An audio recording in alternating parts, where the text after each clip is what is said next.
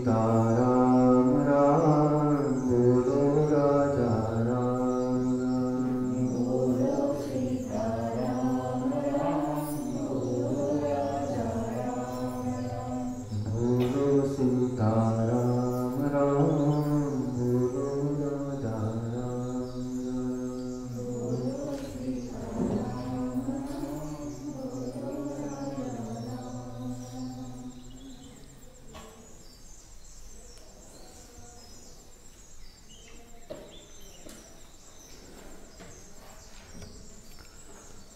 ज्योतींच्या प्रकाशात सद्गुरूंची प्रतिमा म्हणजे फोटो कसा दिसतोय, काही क्षण आपण त्याच्यावर लक्ष ठेवायचं आहे. महाराजांच्या पादुका, महाराजांनी घातलेलं सिद्धासन, त्याला अर्ध पद्मासन असंही म्हणायला हरकत नाही, किंवा स्थिर सुखमासनम. महाराज स्थिर बसलेत, सुखात आरामात बसलेले आहेत. डाव्या गुडघ्यावर टेकलेला डावा हात, ब्रह्मदंडावर टेकलेला उजवा हात, त्या हातातून लोंबणारी जपमाळ, गळ्यात घातलेला हार, हारांचा गुच्छ सुरू होतो, त्याच्या मागे असलेली महाराजांची नाभी, सरळ रेषेत वर महाराजांच्या छातीचा मध्यबिंदू, सरळ रेषेत वर महाराजांच्या गळ्यात असलेल्या जपमाळांचा मध्यबिंदू, त्याच्यावरती महाराजांचा कंठ, हनुवटी, ओठ, गाल, कान, नाक, डोळे, भुवया, भ्रूमध्य, दोन भुवयांचा मध्यबिंदू, भव्य कपाळ, कपाळावरचं उभं गंध, 3 रेघांचं, मधली रेघ भ्रूमध्यात सुरू होते, त्या रेघेच्या मध्यभागी गंधाचा बुक्क्याचा टिळा, आणि सगळ्यात वरचा बिंदू डोक्याचा ब्रह्मरंध्र, शांत. डोळे उघडेच ठेवायचे. ब्रह्मरंध्र, कपाळावरचा गंध आणि बुक्का यांचा टिळा, टिळ्याच्या मागे असलेलं 3 रेघांचं गंध, मधली रेघ जिथून सुरू होते तो भ्रूमध्य, बाजूच्या भुवया, भुवयांच्या खालचे डोळे, डोळ्यांच्या बाजूचे कान, कानांच्या मध्ये तोंड आणि गाल, नाक, ओठ, हनुवटी, कंठ म्हणजे गळा, गळ्यातल्या जपमाळा, छातीचा मध्य, नाभी, गळ्यातला हार, जपमाळ, उजवा हात, त्याच्या खाली असलेला ब्रह्मदंड, डावा हात, डावा गुडघा, डावा पाय, उजवा गुडघा, उजवा पाय, समोरचा दासबोध ग्रंथ आणि पादुका. पादुकांपासून क्रमाक्रमाने वर पाहत महाराजांची संपूर्ण मूर्ती पाहिजे. पादुका, ग्रंथ, आसन घालून बसलेले महाराज, सिद्धासन, डावा हात, उजवा हात, ब्रह्मदंड, गळ्यातला हार, नाभी, छाती, जपमाळा, कंठ, हनवटी, ओठ, गाल, कान, नाक, डोळे, भुवया, भ्रूमध्य, उभ गंध, कपाळाच्या मध्यभागी टिळा, गंध आणि बुक्का यांचा, आणि मस्तकाचं सगळ्यात वरचं रंध्र किंवा टोक आपण म्हणूया ब्रह्मरंध्र.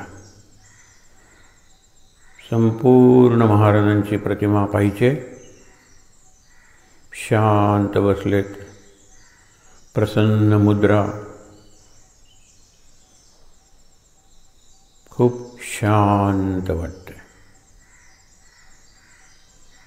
नव्या वर्षाची पहिली पहाट, दीपोत्सव साजरा करतोय आपण दिव्यांच्या साक्षीनं. अंधारावर प्रकाशाची मात किंवा अंधारावर प्रकाशाचा विजय साजरा करतोय. काल जो शेवटचा शांतीपाठ म्हणला तो आत्ता म्हणूया, माझ्यानंतर म्हणायचे. तमसो मा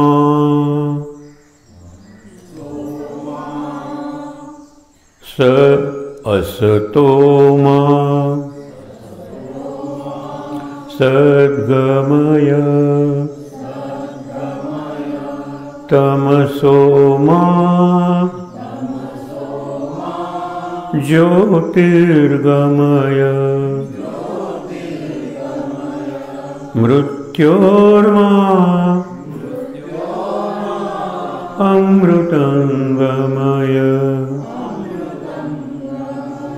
अमृतंगमय अमृतंगमय. ओम शांति शांति शांति.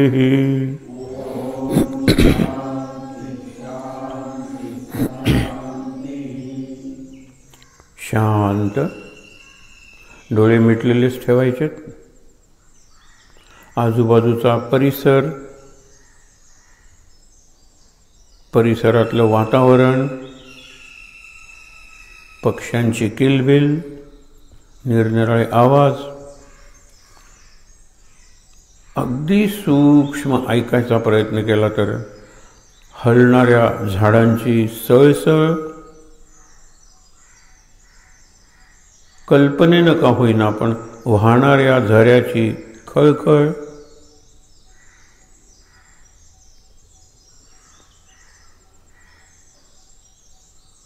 झऱ्याच्या पलीकडे असलेल्या पायऱ्या, चढून वर त्याच्या मागे असलेला पिंपळ, पायऱ्या चढून पिंपळाच्या पारावर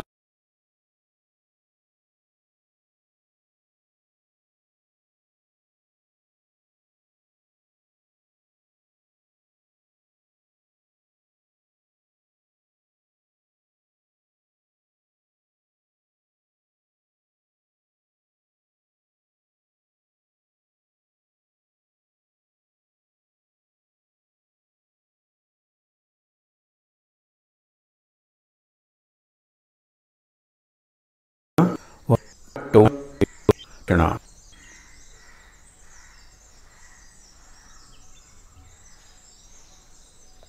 खूप ताजतवानं वाटतंय.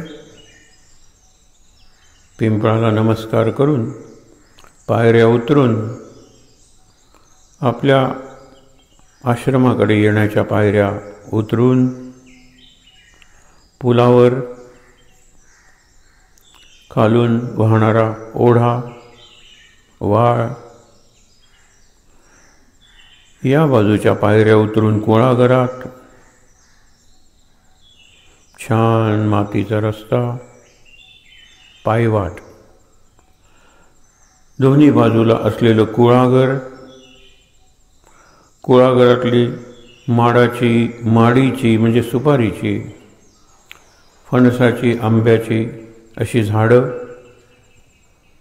झाडावरचे पक्षी, पक्ष्यांची किलबिल, झाडांच्या पानावरून ओघळणाऱ्या दवबिंदूंचा, खाली जी पानं पडलेली आहेत त्या पानांवर होणारा टप टप असा आवाज,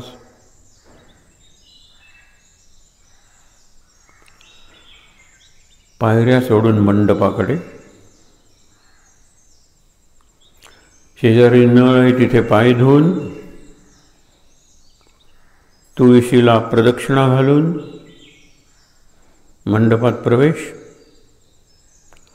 दाराच्या शेजारी असलेला हनुमान वीरासनात बसलाय, खांद्यावर गदा, कोणत्याही क्षणी भक्ताच्या रक्षणासाठी धावून जायला योग्य अशा पद्धतीने तो बसलाय, वीरासन. नमस्कार हनुमंताला. शेजारच्या पायऱ्या उतरून गुंफेतला मंद प्रकाश कानात काहीतरी सांगतोय. ते संपूर्ण वर्ष अशाच मंद प्रसन्न प्रकाशात जाऊ दे म्हणून उपयोग नाही. तू ते वर्ष तसं जाऊ द्यायला हवंस. महाराज सांगतायत आपल्याला. महाराजांची वत्सल प्रेमळ प्रतिमा. नमस्कार. काही क्षण शांतपणे बसायचंय गुंफेतल्या महाराजांसमोर. श्वासाकडे लक्ष.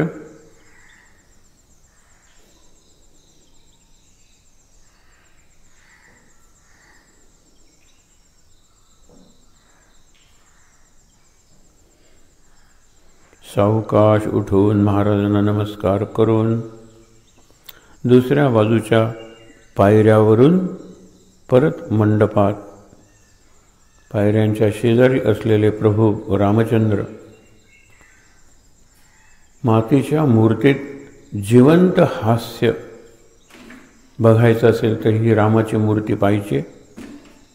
किती प्रसन्न हसतोय राम. मनात विचार की मातीतून जर इतकं जिवंत हास्य निर्माण होतं तर या पंचभाभूतातून आपला जीवन नक्की निर्माण झालेला आहे. खूप छान वाटते रामाला नमस्कार. शेजारच्या ब्रह्मानंद महाराज मंडपात प्रवेश. व्यासमहर्षी कोपऱ्यात डाव्या बाजूच्या. नमस्कार. भगवान श्री गोपाल कृष्ण. नमस्कार. गोमाता. नमस्कार. महाराजांची भव्य प्रतिमा. नमस्कार. शेजारच्या आईसाहेब. नमस्कार. ब्रह्मानंद महाराज. नमस्कार. आणि गुरुवर्य बाबा बेलसरे. नमस्कार. पुन्हा सर्वांना नमस्कार करून त्या पारायण कक्षाच्या बाहेर या उपासना मंडपात. मंडपाच्या दुसऱ्या टोकाला डाव्या कोपऱ्यात असलेले उभे महाराज, आपल्या उपासनेवर लक्ष ठेवणारे उभे जिवंत महाराज. महाराजांना सांगायचंय, खरंच माझ्या उपासनेवर लक्ष ठेवा. माझ्या विचारांवर, उच्चारांवर, आचारावर तुमचं लक्ष असू दे महाराज. मी घेतलेले निर्णय, माझ्याकडून उच्चारले गेलेले शब्द आणि माझ्याकडून झालेली प्रत्येक कृती यावर तुमच्याच प्रेरणेचा प्रभाव असू दे महाराज. शांत. शेजारची महाराजांची जी भव्य प्रतिमा आहे, नमस्कार. मागे वळून पायऱ्या चढून महाराजांच्या मूर्तीसमोर मूर्तीला नमस्कार. 3 प्रदक्षिणा घालायच्या आहेत, श्रीराम जय राम जय जय राम म्हणत.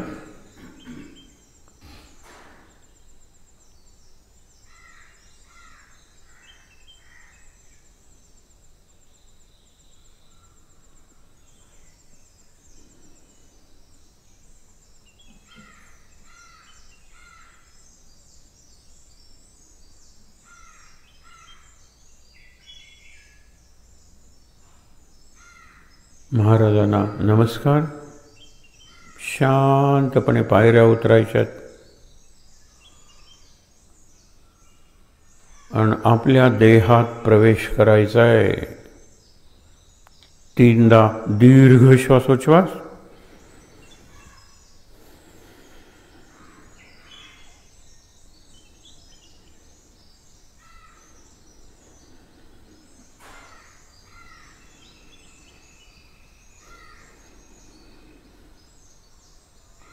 देहाची जाणीव झाली आहे. मी आहे, या मंडपात आहे. सकाळच्या प्रभात समयीच्या प्रातःकाळच्या उपासना सत्रासाठी बसलोय किंवा बसलीये. शांत. हातावर हात सोडायचेत आणि ते हात चेहऱ्यावर डोळ्यांवर सोडायचेत.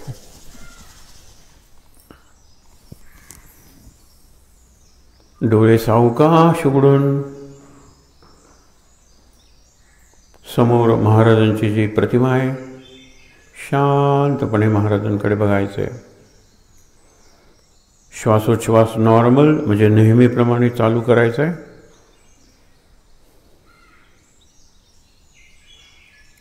मनातल्या मनात सगळ्यांना नववर्षाच्या शुभकामना द्यायच्या आहेत. सर्वांचं कल्याण होऊ दे असं शुभचिंतन करायचं आहे. काही क्षण मनातल्या मनात.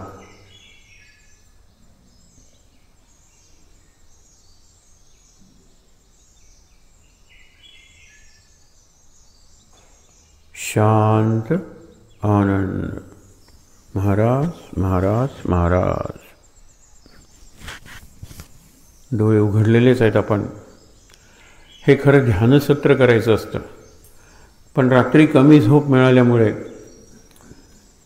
ती जोखीम रिस्क न घेणं चांगलं. कारण आपण डायरेक्ट समाधीत जातो. ध्यान मागे पडतं, समाधी लागते आणि मग पुढच्या सत्राला काही अर्थ उरत नाही. म्हणून थोड्या वेळ आपण डोळे बंद करून हा जो परिसर आहे त्याची आपण एका अर्थाने मानसवारी केली, मानसदर्शन घेतलं. आणि तुम्हाला खरंच सांगतो की तोही जी काही 5-10 मिनटं होती त्यावेळेला आपल्याला देहाचा विसर पडला होता. म्हणून स्वतःला सूचना दिली की आता मी देहात प्रवेश करणार आहे, आता मला जाणीव झालेली आहे. म्हणून श्वास संथ करायचा आहे नेहमीप्रमाणे. हातावर हात सोडायचे. ही जाणीव आहे देहाची. आणि चेहऱ्याला डोळ्यांना प्रकाशात आपण म्हणतो मसाज करायचं आहे. त्यामुळे या थंड वातावरणात जरा गरमी निर्माण होते, आत उष्णता. शरीरात आपण म्हणतो की स्तब्ध बसल्यानंतर जे ब्लड सर्क्युलेशन असतं ते थांबत नाही. लक्षात ठेवा, माणूस मरतो त्याच्यानंतर सुद्धा काही काळ रक्त तसं फिरत असतं, एकदम सगळं थांबत नाही. म्हणून आपण चालना द्यायची त्या ह्याला, चेहऱ्याला, डोळ्याला, हातावर हात सोडून. आणि मग देहाची जाणीव झाली की मग प्रातः चिंतन सुरू करायचं. प्रभाते मनी राम चिंतित जावा. आपण आत्ता सकाळी आरती म्हणली, अंबेची म्हणजे आईसाहेबांची आरती. झाला प्रातःकाळ आता उठावे माते. ही कसली आई सांगा बरं, तिला उठवावं लागतं. आणि आपण अंबे तुझी बालके, चौथीतल्या मुलानं विचारलं होतं आई म्हणजे काय, एका वाक्यात सांगा. एका मुलाने फार छान सांगितलं होतं, घरातली सगळ्यात पहिली उठणारी आणि सगळ्यात शेवटी झोपणारी व्यक्ती म्हणजे आई. खरं आहे ते. आणि इथे तर आपण आधी उठून अंबे आता उठा, दाखवावे चरण कमल भक्त जनाते, नारायण विनवितो रामा जागे करावे. रामही झोपलेला आहे. पूर्ण करुणा मजला आता बाळा पहावे. म्हणजे आता मी बाळ आहे, मला पहा. या बाळाने उठवलेलं आहे, खरंच उठवलेलं आहे. पण ही अंबा फोटोतली किंवा मूर्तीतली नाही आहे, लक्षात ठेवा. ती माझी आत्मशक्ती आहे. आणि हा रामसुद्धा बाहेरचा नाही आहे, आत्मा राम आहे, आतमधला राम आहे. त्याला उठवायचं आहे. हे उठवून आपण काकड आरती वगैरे करतो, हे सगळ्या आतल्या काकड आरती आहेत. आपण बाहेर करतो म्हणजे आपल्याला बरं वाटतं, सगुणाची आपल्याला सवय झालेली आहे. पण एरवी काकड आरतीचे शब्द तुम्ही बघा ना, की उदयना अस्त,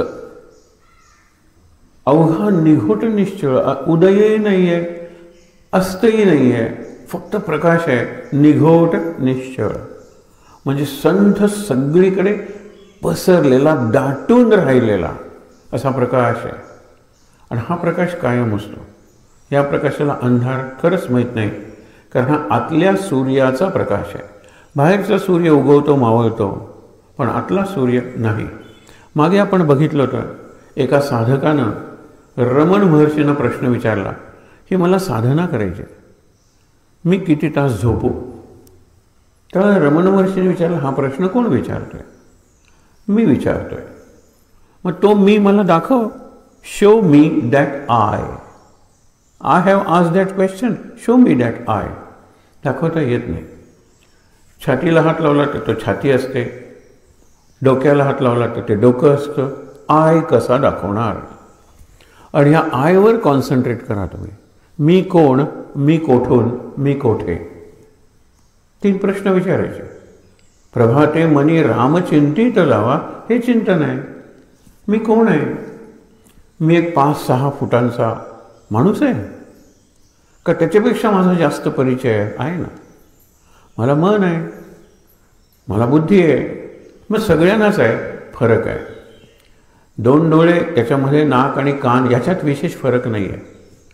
पण माझी आणि तुमची बुद्धी जी आहे ना, त्याच्यात फरक आहे. कारण आपल्या स्मृती निराळ्या आहेत. कोण लहानपणी गरीब असतं तर कोण लहानपणी श्रीमंत असतं. पुढे कोण श्रीमंत होतं तर पुढे कोण गरीब होतं. जीवनात बरे वाईट अनुभव सगळ्यांना येतात, पण त्या अनुभवांच्या स्मृती प्रत्येकाच्या निराळ्या असतात. त्या स्मृतींचा उपयोग करून जीवनात वागणं प्रत्येकाचं निराळं असतं. आणि इथे व्यक्ती फरक होतो. Individual and person, individuality and personality. We are all individuals. आपण सगळे आहोत व्यक्ती.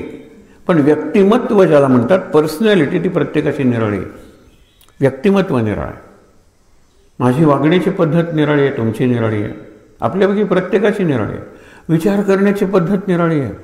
एकमेकाशी संबंध निर्माण करायची आणि राखण्याची पद्धत प्रत्येकाची निराळी आहे.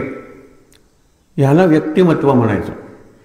व्यक्ती तर आपण आहोतच. आणि कशाची व्यक्ती आहे ही अव्यक्त अशा सद्गुरूंच्या शक्तीची व्यक्ती आहे मी. हे उत्तर मिळालं.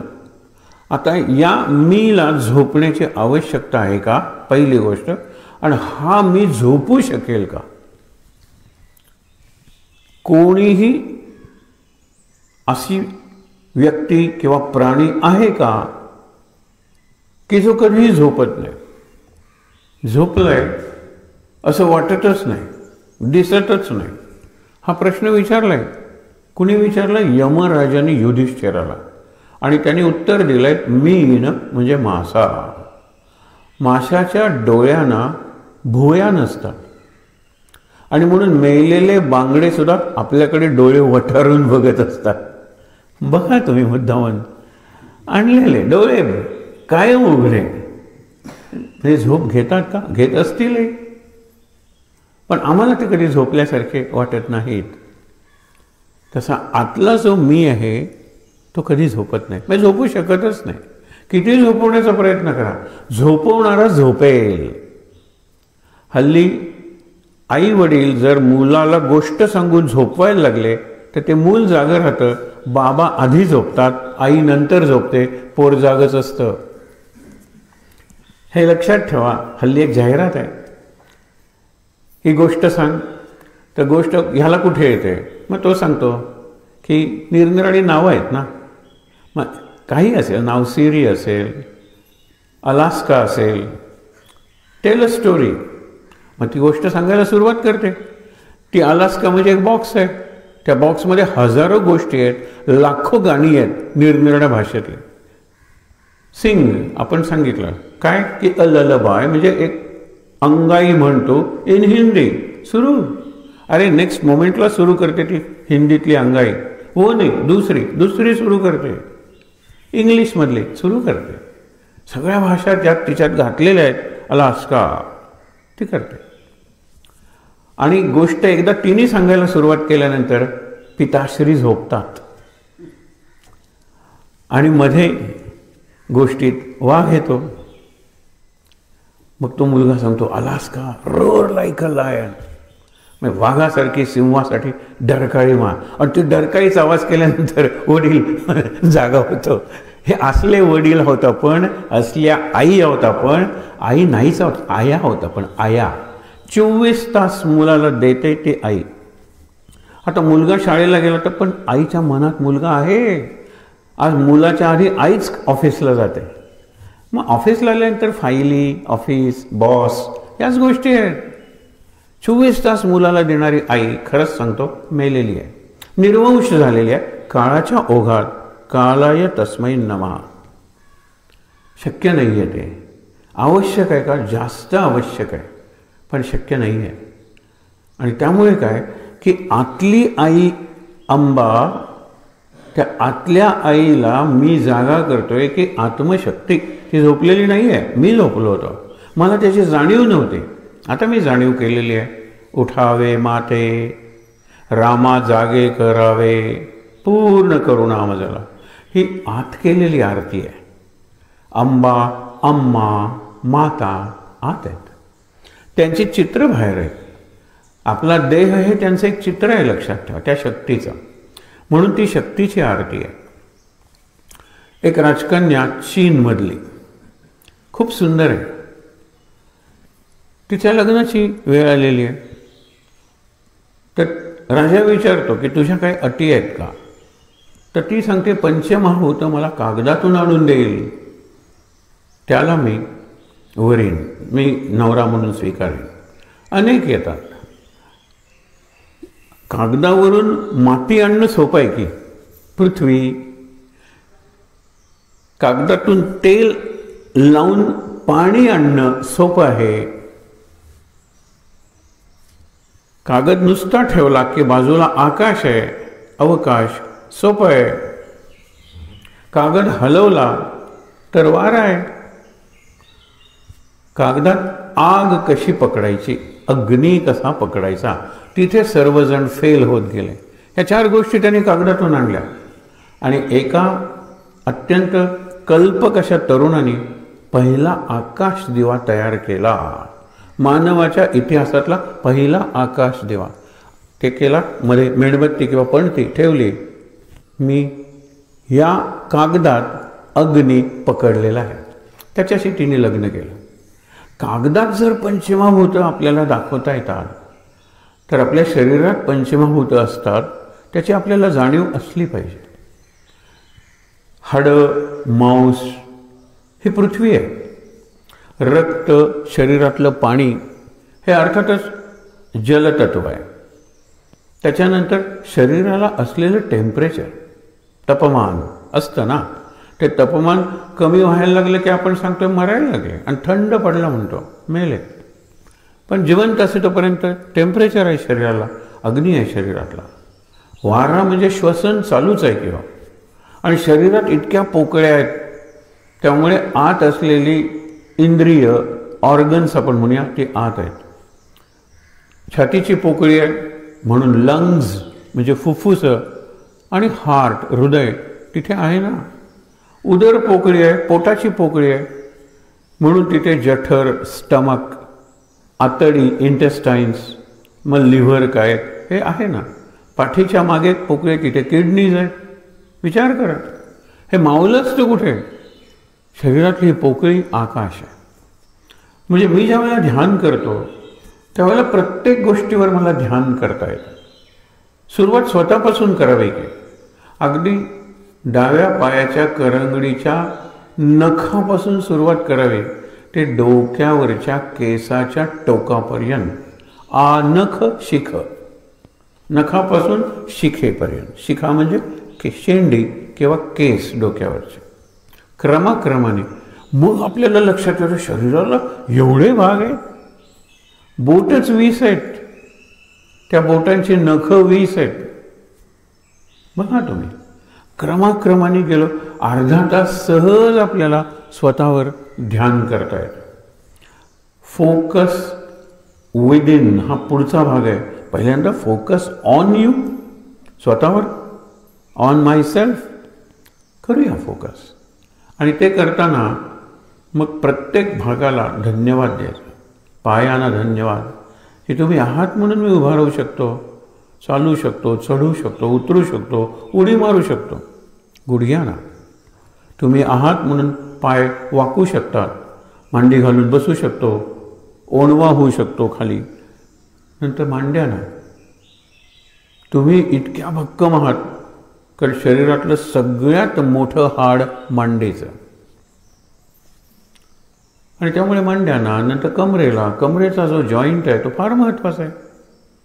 आपण वाकून 4 पायावर म्हणजे 2 हात टेकवून उभा राहू शकतो. आजोबा घोडा घोडा नातू म्हणतो, आणि हे कोर्टात जज असलेले सगळ्यांना टेरर वाटणारे आजोबा पुढचे 2 हात टेकवतात, मागचे 2 पाय रांगत घोडा बनतात, आणि त्याच्यावर नातू चला घोडा घोडा घोडा करतो. आपल्याला तेही जमतं. आणि म्हणून तुम्हाला सांगतो की हे ध्यान स्वतःवरचं उपयोगी पडतं. हळूहळू आत जायचं आपण स्वतःच्या. मी कोण आहे, ही जी आत्मशक्ती आहे ना ती आहे, आणि मी कोठून आहे तर त्या शक्ती केंद्रातून आहे. मग त्याला आत्मा म्हणा, त्याला शांती म्हणा, समाधी म्हणा. मी तिथून आहे. मी कोण आहे? आत्मा, आत्मशक्ती.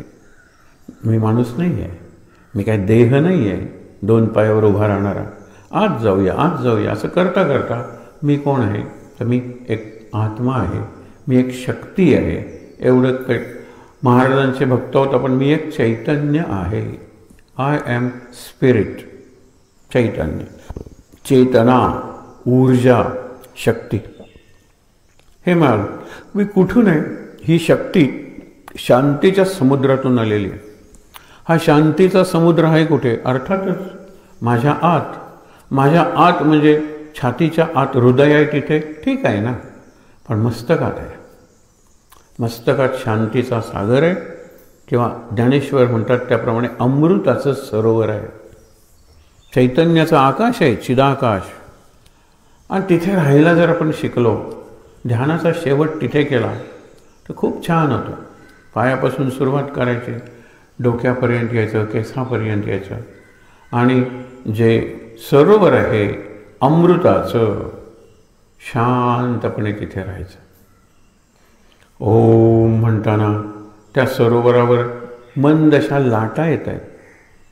We can feel those waves, ज्याला आपण इनर किंवा इंटरनल मसाज म्हणूया. डोक्यावरचा ताण, डोक्यातल्या चिंता, ज्यांना आपण काळजी म्हणतो, नकारात्मक विचार, भीती, भय, या सगळ्या गोष्टी, ही जी आत थरथर होते, आतून मसाज फार बरं वाटतं. बाहेरून मसाज तुम्ही ब्युटी पार्लरमध्ये जा, सलूनमध्ये जा, तुम्हाला बाहेरून मसाज करणार आहे. आतून मसाज माझ्याशिवाय कोण करणार आहे मला? आणि मी बाहेरच्या हातानं कसा आत मसाज करणार आहे? श्वासानं करू शकतो, नामानं करू शकतो, ध्यानानं करू शकतो. आज ह्या पहाटेच्या वेळेला आपण एवढंच सांगूया स्वतःला की रोज मी अशा प्रकारचं ध्यान करेन. नंतर दुसऱ्या दिवशी ध्यान हे 15 दिवस केलं तरी चालेल. संक्रांतीपर्यंत असं ध्यान करूया आपण. आत्ता जे केलं ते आता जास्त प्रयोग करायला नको, कारण जे लोक प्रयोग करतायत ते इथे नाही आहेत आत्ता. हे लक्षात ठेव. म्हणून डोळे उघडा, डोळे वटारा तुम्ही त्या माशांसारखे कायम उघडे ठेवा. नाहीतर ह्याच्या पुढे जो विषय एक 10-15 मिनटं चालणार आहे की जो महत्त्वाचा आहे तो आपण ऐकू शकणार नाही आहोत. म्हणून मी जर सांगितलं मी ऐकणार आहे तर मी जागणार आहे, आणि मी जर सांगितलं की चाललंय ते चालू दे तर मग मी बंद पडणार आहे, मी थांबणार आहे. एवढं लक्षात ठेवा. म्हणून काय की पहाटे उठून जी काकण आरती करायची, महाराज म्हणतात मनात का नाही करत? मानस पूजा. आत्ता आपण मनातलं दर्शन नाही घेतलं या परिसराचं. अगदी पिंपळापर्यंत जाऊन आलो. ज्यांनी पिंपळ बघितलंही नसेल त्यांना पिंपळाचं झाड माहीत आहे, पिंपळाचं पेड किंवा पार माहीत आहे, त्यावर जाणाऱ्या पायऱ्या माहीत आहेत, दवबिंदू माहीत आहे, आणि वाऱ्याच्या झुळकीने पिंपळाचं पान कसं सुंदर असतं, लांब देठ असतो, सुंदर आकार असतो, आणि परत लांब असं टोक असतं. त्या टोकावरून जे दवबिंदू पडतात तो अभिषेक आहे. खूप छान. आणि हा अनुभव मी घेऊ शकतो. हे मी बघितलं आहे, कधी कधी अनुभवलं सुद्धा असेल. पण आपण तिथपर्यंत गेलो, तिथून सुरुवात केली आणि शेवटी परत स्वतःमध्ये आलो. हे का नाही करायचं? रोज घरी राहून वांटेला का नाही यायचं? येऊया आपण, कारण हा परिसर आपल्याला चांगला परिचित आहे. कुठल्याही, तुम्ही शिर्डीला जा, अक्कलकोटला जा, गोंदवल्याला जा, पंढरपूरला जा, कुठेही जा तुम्ही, मनात हे मनातलं जे दर्शन आहे ते मनातले इतर सगळे विचार आहेत ना त्याला एक दिशा देतात. जो आपल्या बुद्धीचा करंट आपण म्हणतो ना AC असतो, ऑल्टरनेट करंट, तो DC डायरेक्ट करंट बनतो. डायरेक्ट करंटची शक्ती आहे आपल्याकडे. सगळं हे जे सर्किट आहे घरातलं ते सगळं AC असतं, ऑल्टरनेटिंग करंट. म्हणून हात जरी लागला तरी शॉक बसल्यासारखा होतो, पण करंट गेला लगेच बाहेर पडला. करंट गेला इतक्या वेगाने पडतो की माझं बोट चिकटत नाही. एखाद्याने वेगाने जोरानं केलं तर कदाचित चिकटून मरेल तो, पण क्वचित. आपल्या घरात जे आपल्याला इस्त्री वगैरे करताना जे शॉक्स बसतात ते शॉक बसतात आपल्याला, म्हणजे कळतात, कारण तो ऑल्टरनेटिंग करंट आहे. पण बाहेर जिथून वीज येते घरात, तो ट्रान्सफॉर्मर वगैरे, तिथे डायरेक्ट करंट आहे. तिथे लागला की चिकटला असतो. मग माझा जो सगळ्यात ह्याच्यातून मन बाहेर जाते, हाताच्या बोटातून, केसातून मन बाहेर जाते, पायाच्या बोटातून, सगळीकडून मन बाहेर जाते. म्हणजे बाहेर जाणारं मन जर आत ठेवायचं असेल, लक्षात ठेवा, डायरेक्ट करंट झाला पाहिजे. म्हणजे आतून आत किंवा आतून महाराजांच्या आत, पण आतली दिशा आहे, लक्षात ठेवा. 2021ची दिशा आतली दिशा आहे, आणि ही 11वी दिशा आहे. आपल्याला 10 दिशा माहीत आहेत, पूर्व, पश्चिम, उत्तर, दक्षिण, मग आग्नेय, नैऋत्य, वायव्य, ईशान्य, ह्या 8 झाल्या. ऊर्ध्व म्हणजे वरची दिशा, आणि अध म्हणजे खालची दिशा. आतली दिशा कुठे? आतल्या दिशेचा आपण विचारच करत नाही. आतली दिशा महत्त्वाची आहे, 11वी दिशा. आणि 11वी दिशेकडे कसं जायचं? मनाचे श्लोक. 11व्या दिशेकडे कसं जायचं? गीता. 11व्या दिशेकडे कसं जायचं? अभंग चैतन्य, ज्याचं पारायण आता आपल्याकडून करून घेतलं जाईल. जानेवारी महिन्याचं वाचणार आहोत, आणि तिथे पहिल्यापासून तुम्ही अर्थ समजून घ्या. इतकी सरळ सोपी भाषा आहे. नाम हेच सत्य. काय कळायला अवघड आहे? सुरुवात होते, ते जीवन बनलं पाहिजे. बघा तुम्ही जानेवारी महिन्याचं वाचा आणि प्रत्येक शब्द समजून घ्या, कारण महाराजांची जानेवारी महिन्याची प्रवचनं, त्या प्रवचनातला मध्यवर्ती विचार तो एकेका अभंगात आलेला आहे. म्हणून अभंग रचना आहे, ओवी आणि अभंग अशी ती रचना आहे. तर त्यातून मला काय बोध मिळतो? इथून पुढे आपण 7 तारखेला येणार आहोत, कारण 8 तारखेला महाराजांची पुण्यतिथी आहे. नंतर 9 तारखेला इथे ज्यांना राहायचं आहे त्यांनी राहायलाच पाहिजे, कारण 9 तारखेला पहिली उपासना आहे, सेकंड सॅटर्डे आहे. आणि महाराजांना आपण सांगणार आहोत की आमची उपासना करण्याची तयारी आहे. ह्या 2021 साली आम्ही उपासना करणार आहोत. 4 माणसं आली तरी चालते. बघूया ना, रोज बदलते. गोव्यात सुद्धा कदाचित काही बंधनं येतील 1 तारखेनंतर, कारण 1 तारखेपर्यंत लाखो लोक गोव्यात होते ना, आणि त्यामुळे गोव्याला नाही म्हटलं तरी आर्थिक लाभ होणार होता. म्हणून 1 तारखेनंतर आम्ही ठरवू काही बंधनं घालायची आहेत का. म्हणजे रात्रीचा कर्फ्यू आपल्याला काही फरक पडत नाही. लॉकडाऊन बाहेरच पडायचं नाही इतकी परिस्थिती अजून आलेली नाही आहे भारतात. पण गोव्यापासून सुरुवात होऊ शकते, कारण किती टुरिस्ट आलेत. त्याच्यात हा जो नवीन आहे स्ट्रेन तो जर असेल, पण मला विचाराल ना तर एवढं नाही होणार. आपण येणार आहोत 7 तारखेला इथे, 8 तारखेला राहणार आहोत, 9 आणि 10ला आपण दुपारी रविवारी निघणार आहोत. करणार आहोत. महाराजांना सांगायला काय हरकत आहे. वर्षासाठी संकल्प आहे, महिन्यासाठी संकल्प आहे, आणि या दिवसांसाठी संकल्प आहे मला महाराज इकडे आणा. कारण कालचं एक वाक्य होतं की मला काय सुधारणा करायची माझ्यात हे कळत आहे, पण मी सुधारणा करायला असमर्थ आहे. महाराज मला मदत करा. हे महाराजांचं वाक्य आहे कालच्या प्रवचनातलं. मग आपण महाराजांना सांगूया की सकाळी लवकर उठायला मी असमर्थ आहे, उठल्यानंतर शांतपणे बसायला मी असमर्थ आहे, नंतर नको तिथे न जायला मी असमर्थ आहे, नको तितकं बोलायला मी असमर्थ आहे, नको तितकं. मग तो मोबाईल आला, मग तो टी व्ही आला, मग सगळं हे नको तितकं मी असमर्थ आहे महाराज. आणि तुम्ही काय म्हणजे आपण समर्थ नाही आहोत. महाराजांनीच मदत केली पाहिजे. महाराज म्हणतात की मी त्याला मदत करतो जो स्वतःला मदत करतो. तुम्हाला स्वतःला खरंच सुधारायचं आहे का? अरे महाराजांना आवडेल. महाराज म्हणतात तरी तुम्ही हिंग जिऱ्याचं नाही, तुम्ही केशर, कस्तुरी आणि वेलची त्याचं गिऱ्हाईक आहात. खरंच सुधारायचं आहे, आतून सुधारायचं आहे. 2021 साली माझ्या जवळ यायचं आहे. काल शेवटी आपण म्हणलं ना, from you, through you, to you, near you, within you.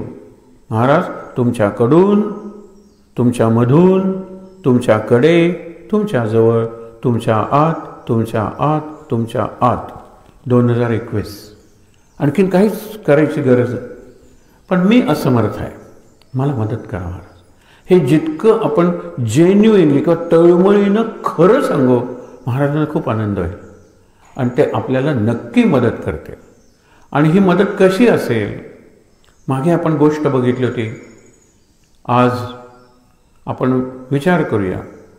पहिला दिवस आहे, आंबेचा दिवस आहे, शुक्रवार. उद्या शनिवार आहे आणि शनिवारी मारुतीची उपासना करतो आपण. तर ही अंबा म्हणजे शक्ती आणि मारुती म्हणजे आपला देह, आपला श्वास. एक लक्षात ठेवा, गेल्या वर्षी सुरुवातीला सांगितलं होतं, मला आठवत आहे, पण तर गेलं हवेत निघून. 2 कानांच्या मध्ये आपल्याला काहीतरी आहे ना, मेंदू नावाची गोष्ट. तिकडे लक्ष देऊया. कोण लक्ष देणार आहे? मेंदूच लक्ष देणार आहे. बुद्धीच बुद्धीला सुधारणार आहे. बुद्धीच्या वर आहे काय? फक्त आत्मा महाराज. बुद्धी मनावर, मन इंद्रियावर, इंद्रिय विषयांवर असं ते नियंत्रण आहे. बुद्धी बुद्धीला सुधारणार आहे. विचार करायचा. आपण म्हणतो शब्दा वाचून कळले सारे, हे शब्द नाहीत का? देवा तू शब्दांच्या पलीकडे आहेत, हे शब्द नाहीत का? आहे ना. विष्णू सहस्रनामात शब्दातिगः, शब्द 6 अशी 2 नाव आहेत. शब्दांच्या पलीकडे आहेस, पण हे शब्द तू सहन करतोस. नाहीतर मी तुला सांगायचं कसं, गप्पच बसलं पाहिजे. आणि जसे जसे आपण वर जातो किंवा आत जातो, आपण गप्प होत जातो. म्हणून काल बघितलं होतं, साऊंड ऑफ सायलन्स. शांततेचा आवाज ऐकायला इकडे यायचं आणि शांततेचा आवाज आपल्या आत कायम चालू असतो. आणि मौनाचं संगीत, म्युझिक. मौन जे आहे ना, त्या मौनाला संगीत आहे. शांती जे, शांतीला आवाज आहे. पण तो इतका लक्ष देऊन ऐकावा लागतो. ते लक्ष देता देता अलक्ष निरंजन तिथे आपण पोचतो. हा शेवटचा विचार आहे. अलख निरंजन काहीच नाही आहे तिथे. इतकं ट्रान्सपरंट आहे की एक वेळ आकाशात निरनिराळे रंग दिसतील, ढग दिसतील, पण तो निरंजन आहे, तो दिसतच नाही आपल्याला. मागे एक गोष्ट बघितली होती, परवा ती सांगितली होती, पुन्हा सांगायला हरकत नाही. एक कुंग फू किंवा आपण निर्णय कराटे असा चॅम्पियन आहे आणि त्याला दरवर्षी 1-2 शिष्य हवे असतात आणि तो शिष्याची परीक्षा निरनिराळ्या पद्धतीने घेतो आणि ती परीक्षा त्याचं पास होणं म्हणजेच तो अर्धा शिक्षण झालं त्याचं. एक वर्षी काय असतं, आता इथे माहिती आहे तुम्हाला, पण लक्षात देऊन एकदा, निरंजन म्हणजे काय? स्वच्छ काच ठेवली मध्ये की मला काच दिसतच नाही, मला पलीकडचं इतकं स्पष्ट दिसतं, पण मध्ये काच आहे ना, निरंजन. तर ते तिथे खुर्चीवर बसलेले आहेत, इकडे दार आहे, दाराच्या तिथे आधीचे शिष्य उभे आहेत छोट्या छोट्या टोपल्या घेऊन ज्यात फळं आणि फुलं आहेत आणि त्यांना फक्त सांगतात जा, सरळ जा, ही टोपली त्यांच्या पायावर ठेवा आणि त्यांचे शिष्य बना, विद्यार्थी बना. पहिला शिष्य जातो, टोपली हातात आहे, आत गेल्यानंतर त्याचं कपाळ आपटतं कशावर तरी, काच आहे तिथे, त्याला दिसत नाही, तुम्ही परत या म्हणता, तुम्ही सरळ जाऊ शकलेला नाही. दुसरा जो आहे त्याला माहीत आहे इकडे काच आहे, तो इकडून जायचा प्रयत्न करतो, इकडे काच आहे, त्याला ते दिसत नाही. तिसरा म्हणतो कदाचित मध्ये काच नसेल, मध्ये काच नव्हती, इकडे काच, इकडे काच, तो मधून जातो पण समोर काच आहे, तिथे आपटतो. आता हे कळणार कसं मला? सगळेजण नापास होतात. एक शेवटी तरुण आहे, हुशार आहे, तो जातो आत आणि आत गेल्यानंतर हा असं करतो, जी वाफ येते ती काचेवर जमते, इथे काच आहे, हा इथेही काच आहे, हा इथे काच नाही आहे, पुढे जातो, हा इथे काच आहे, जिथे जिथे हवा जमते वाफ तिथे तिथे काच आहे. असं करत एकदाही न आपटता तो गुरुपर्यंत पोचतो. गुरु आशीर्वाद देतो, म्हणतो की मी शिष्य म्हणून तुला स्वीकारलेला आहे. काच दिसत नाही, काच मला दिसते कारण काचेवर डाग असतात, काचेवर धूळ साठलेली असते, म्हणून मला काच दिसते. आणि पूर्वी आपल्या देवातले तुम्हाला सांगतो ना, परवा हा एक मुद्दा मांडला होता, देवालय, घरातलं देवघर आणि शौचालय. आपण शौचालय किती स्वच्छ ठेवतो आणि कोरोना आल्यापासून 3-3दा फिनाईल काय घालतो, डिओड्रंट काय ठेवतो, अरे स्वच्छ करतो प्रत्येक टाईल. आणि देवाला गुरुवारी सुद्धा स्वच्छ करायला आपल्याला वेळ नसते. सहज बोट फिरवलं तर काचेवर धूळ साठलेली असते. म्हणजे शेवटी काच सुद्धा दिसत नाही तर काचेमागची मला सद्गुरूंची प्रतिमा, चित्र काय दिसणार आहे? म्हणजे माझ्या प्रायोरिटीज काय? शौचालय स्वच्छ ठेवायचं आहे मला, चांगलं आहे, आवश्यक आहे. शौच म्हणजे पवित्र, तेही पवित्रच आहे ना स्थान. पण देवालय मला जमत नाही, काढून टाका ना देव, काढून टाका, काही होत नाही. रोज एक, आम्ही आमच्या घरी परवा प्रयोग केला, रोज एक देव काढून ठेवायचा. आज काही झालं, कोण पडलं बाथरूममध्ये, नाही ना, म्हणजे काही हरकत नाही, उद्या दुसरा काढूया, परवा तिसरा काढूया. नको तितके देव, कुठल्याही तीर्थक्षेत्रातला, काशीहून विश्वेश्वरांना तो ठेवला. 12 ज्योतिर्लिंगांचं दर्शन माझ्या देवघरात, पण ती लिंग दिसत नाहीत, एवढी धूळ त्या फोटोंवर साठलेली आहे. काय ह्याला पूजा म्हणायचं? काहीच नको. माझ्या एका मित्रांनी सांगितलं होतं मागे तुम्हाला, गोंदवल्याला घर बांधलं आणि इतके मटेरियल आणायलाच त्याची जी निवृत्त साधा माणूस होता, तो क्लर्क होता, मिळालेले पैसे सगळे सिमेंट विटा आणायलाच संपले. मग आता करायचं काय? बायको आणि नवरा म्हणाले आपण चिखलतोड होऊया, विटांवर विटा ठेवूया आणि त्यांनी सांगूया, बघूया पुढे महाराज काय करतायत ते. हे दोघं जण करतायत म्हणल्यानंतर शेजारचे आजोबा म्हणाले, मी जास्त काही करू शकणार नाही, पण पाणी आणलं तर मी सिमेंट खालवून देतो. असं करत करत आजूबाजूच्या लोकांनी त्यांना घर बांधून दिलं. विषय तुम्हाला विचार करा तुम्ही. म्हणाले महाराजांची आहे आमच्यावर कृपा. कित्येक वर्ष गोंदवल्याला ते हे देत होते. सकाळच्या काकड आरतीनंतर लोणी आणि साखर देण्याचं काम त्यांचं होतं. गेले ते, पण तुम्हाला सांगतो त्यांना काय वाटलं, कोणाच्या गोंदवल्याला आलोय आणि हे सगळे देव देवघरात. अरे माझा देव महाराज, महाराजांच्यात आईंच्यात महाराज, 2 कशाला पाहिजेत फोटो? ठीक आहे, पण इतके सगळे देव. इतक्यात एक जण येतात, म्हणतात की आमच्याकडे पत्रकद्वारा दासबोध अभ्यासाचा वर्ग आहे, पण रामदासांचा फोटो नाही, तुमच्याकडे आहे का? आहे. घ्या, परत देऊ नका. मला आता देवघरातले देव कमी करायचे. त्यांचं कुलदैवत होतं, फार कमी लोकांचं कुलदैवत असतं खंडोबा. जेजुरीच्या खंडोराया आहे ना, खंडोबा. फार आता सगळे देव जातात ह्या ना, त्या निमित्ताने पांडुरंग जातो चातुर्मासात, प्रत्येक जण घरातून जात आहेत. पण त्यांनी ठरवलेच असतं फक्त महाराज ठेवणं, फक्त महाराज. आईसाहेब सुद्धा कोणी घेऊन गेलं तरी चालेल. महाराजांच्यात आई, गुरु माऊली म्हणतो ना, त्यांच्यात आई आहे. खंडोबा कोण देणार? त्या खंडोबालाच प्रार्थना केली, जा रे माझ्याकडून महाराज, याला न्या हो. आणि एक दिवशी संध्याकाळी एक बाई रडत येते. पुन्हा त्याने प्यायला सुरुवात केली. हो, हे 15 वेळा झालं होतं. 15 वेळा दारू सोडली, 16 वेळा परत प्यायला लागला. म्हणाले जरा माझ्याकडे पाठवा. पाठवलं. म्हणाले थोडं नाटक करूया. महाराज संचारले माझ्यात म्हणाले. आणि त्याला सांगितलं काय करतोस, गोंदवल्याच्या सीमेच्या बाहेर राहा, नाही राहायचं गोंदवल्यात, दारू प्यायचं असेल तर. मी काय करू हो, दारू सुटतच नाही. आत्ता वाजले संध्याकाळचे 6. 8 वाजता अंघोळ करून माझ्याकडे यायचं. आले, तुझ्या कुलदेवतेचं स्मरण करायचं आणि घरी जाऊन कुलदेवतेची पूजा करायची. म्हणतो कुलदेवता मला माहीत आहे, पण माझ्याकडे फोटो नाही, तर पूजा कशी करू? कुलदेवता कोण? खंडोबा. अरे बापरे, घेऊन जा त्याला. ते मला खंडोबा माझ्या घरी आल्यापासून त्याची दारू सुटली आणि यांचे देव सुटले. मी परत तुम्हाला सांगतो, देव सोडा. काय देव देव करता? देवाच्या पलीकडे ईश्वर, ईश्वराच्या पलीकडे परमेश्वर आणि परमेश्वराच्या पलीकडे आपले सद्गुरू.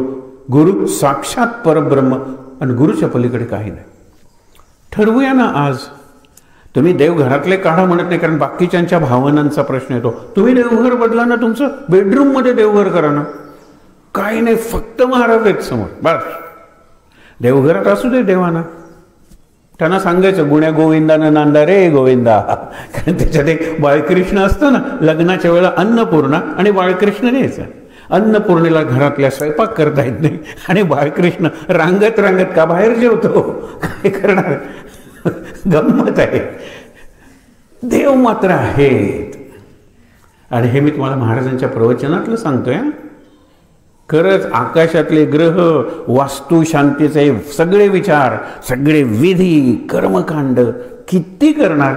काल बाबांचं जे पुस्तक आपण वाचत होतो त्याच्यातला हा विचार आहे. किती पारायण करणार तुम्ही? किती माळा जप करणार? किती प्रदक्षिणा करणार? किती व्रतांना जाणार? अरे तेवढी शक्ती आणि वेळ नामात घालवा. कुठे पोचाल तुम्ही? नाम माझी प्रायोरिटीच नाही आहे. आता मात्र नाम घ्यायचं ठरवलं, इतक्यात फोन येतो की एक जागा आहे, येणार का अष्टविनायकाला? महाराज येते हं. हे येते हं जास्त असतं, येतो हं कमी असतं, हे लक्षात ठेवा. लगेच निघाली. नाम गेलं खड्ड्यात. शब्द वापरत नाही पण वागतो तसं. नाम गेलं खड्ड्यात. मग नामाबरोबर मी महाखड्ड्यात. आणि इतकी वर्ष वांटेला येतोय, सुधारणा नाही. मुलांना विचारा तुमच्या, तुम्ही का वांटेला येत नाही?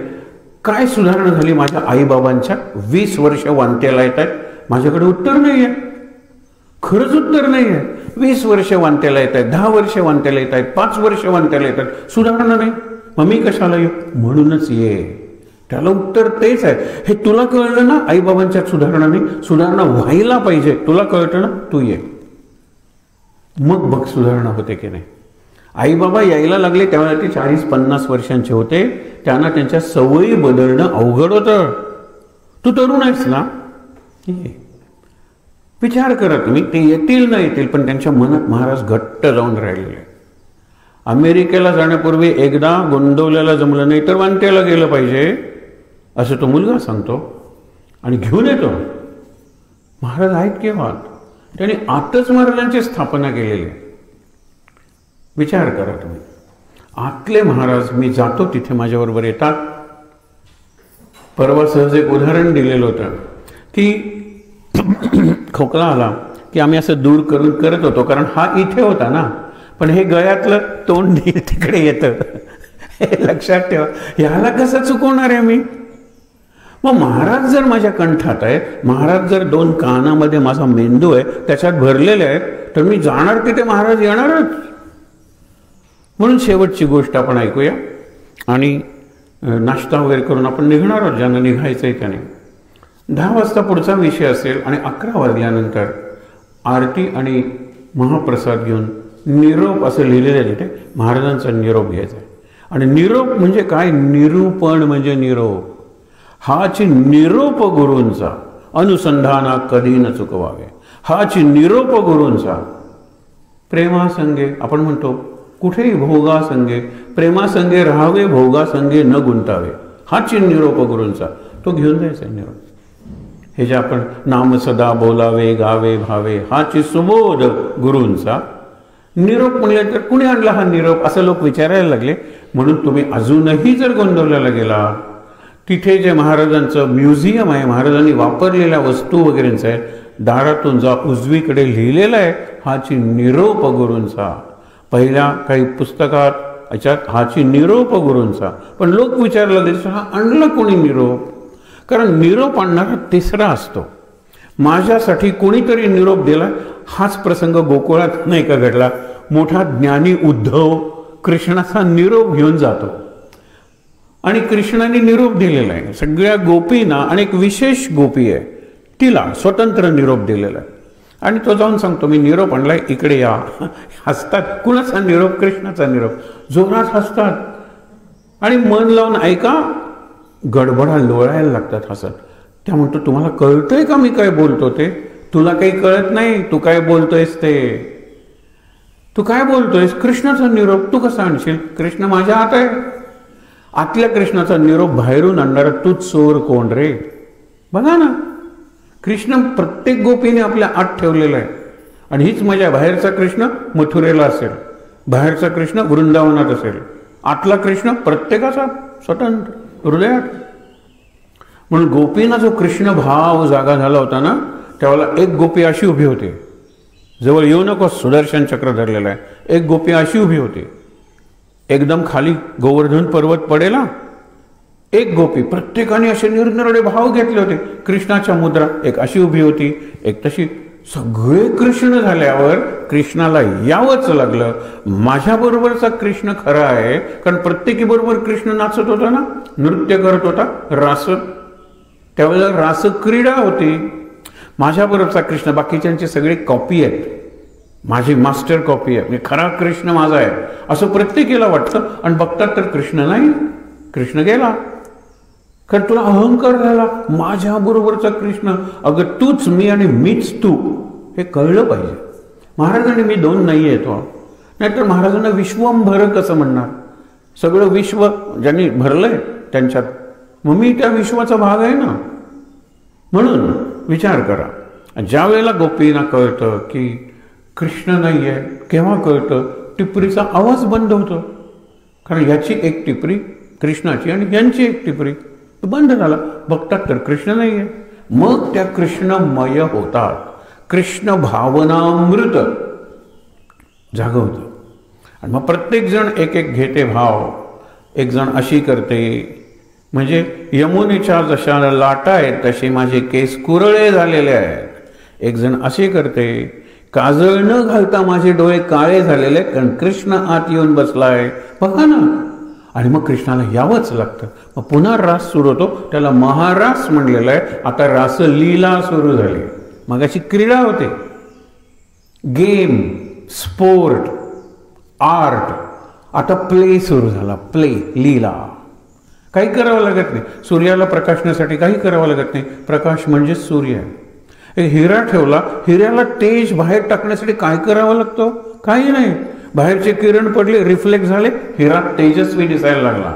बघा तुम्ही, काही करावं लागत नाही. त्याला लीला म्हणतात. आपला श्वास लीला असली पाहिजे, सहज चालला पाहिजे.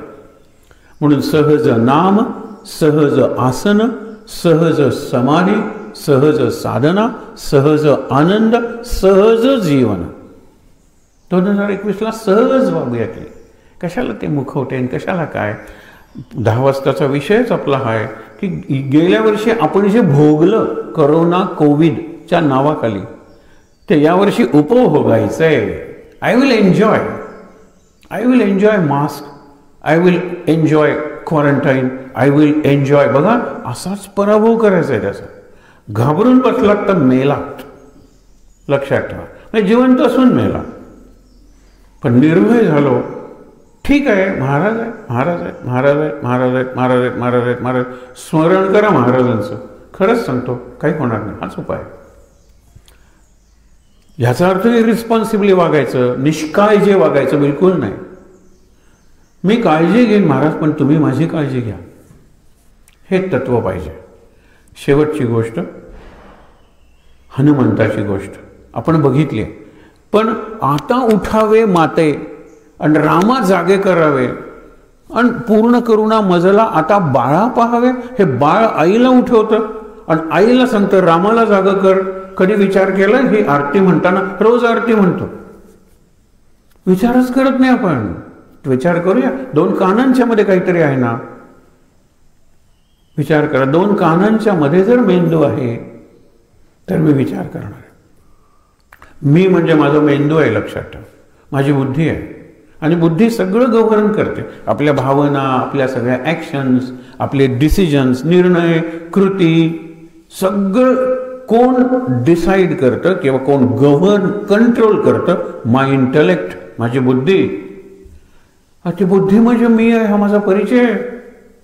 मग भाव म्हणजे मी नाही का? बुद्धीच भाव निर्माण करते. हे माझी आई किती म्हातारी झाली आहे. कोण सांगते? भावना. डोळ्यातून पाणी येतं.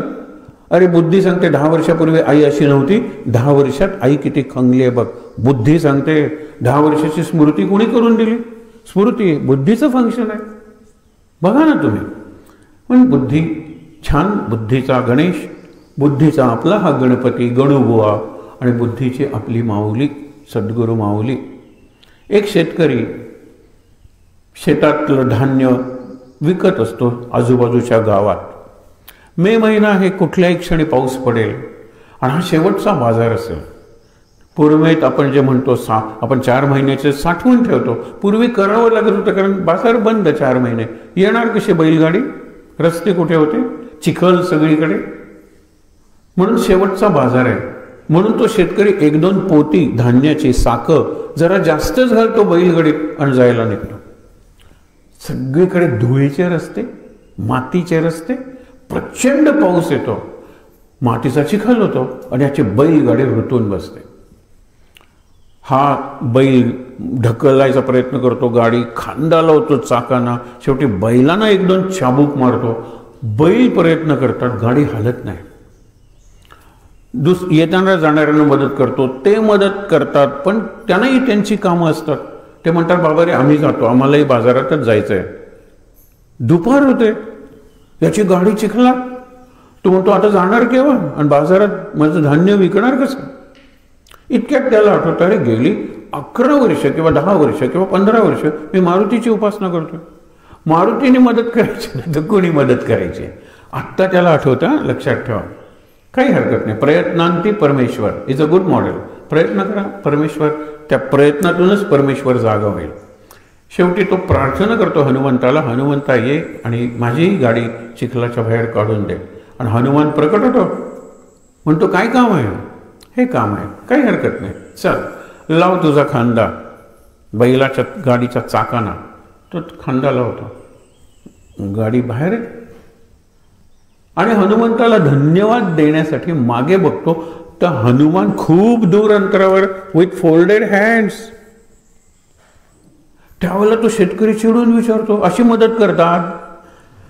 हात नाही लावलास गाडीला, गाडी बाहेर निघाली ना रे, चिखलाच्या बाहेर गाडी निघाली. तेच तुला पाहिजे होतं ना.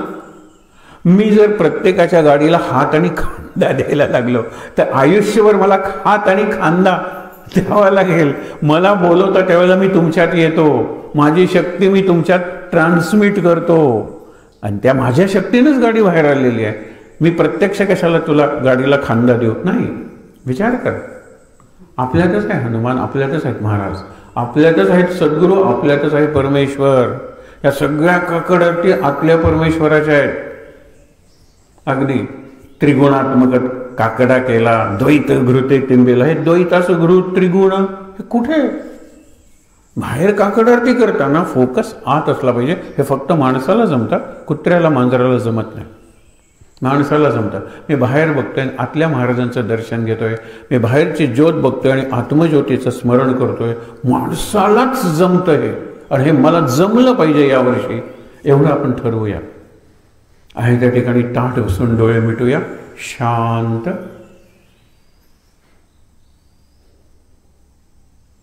काल इथे आल्यापासून आपण काय काय केलं, काय काय अनुभवलं, याचा विचार 1 मिनिट डोळे बंद ठेवून श्वासाकडे लक्ष देत आपण करूया. डोळे बंद. शरीराची अनावश्यक हालचाल नाही. कान उघडे. निसर्गाकडे, परिसराकडे. डोळे बंद. लक्ष श्वासावर.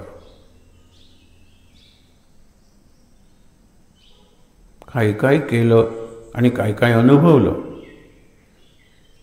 गेल्या वर्षाच्या शेवटच्या दिवशी, आज सकाळपासून काय काय केलं आणि काय काय अनुभवलं नव्या वर्षाच्या पहिल्या दिवशी. शांत.